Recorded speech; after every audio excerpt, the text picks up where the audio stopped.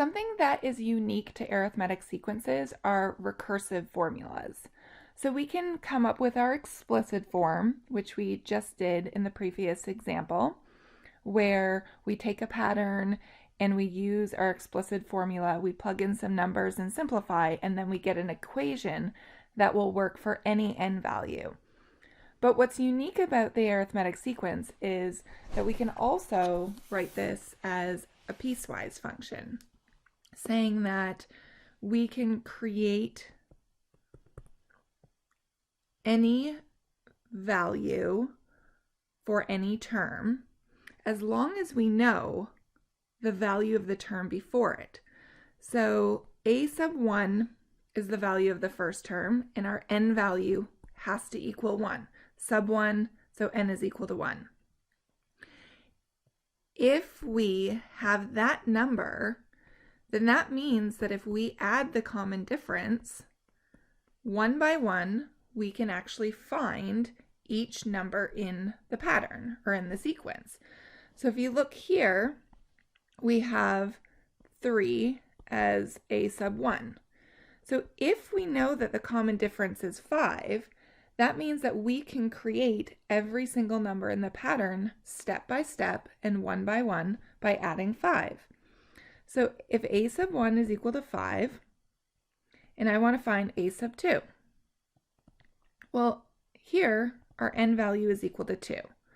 So let's plug this into the second equation of our piecewise.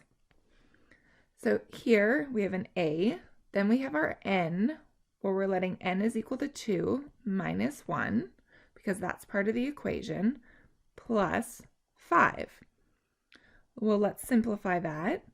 So we have a is equal to 2 minus 1, which is 1, plus 5. Let me just move this. So it's saying take the value of a sub 1 and plug it in. So a sub 1 is equal to 3. So I'm going to plug that in. 3 plus 5 is equal to 8, which is exactly the next term. Let's try again. A sub 3.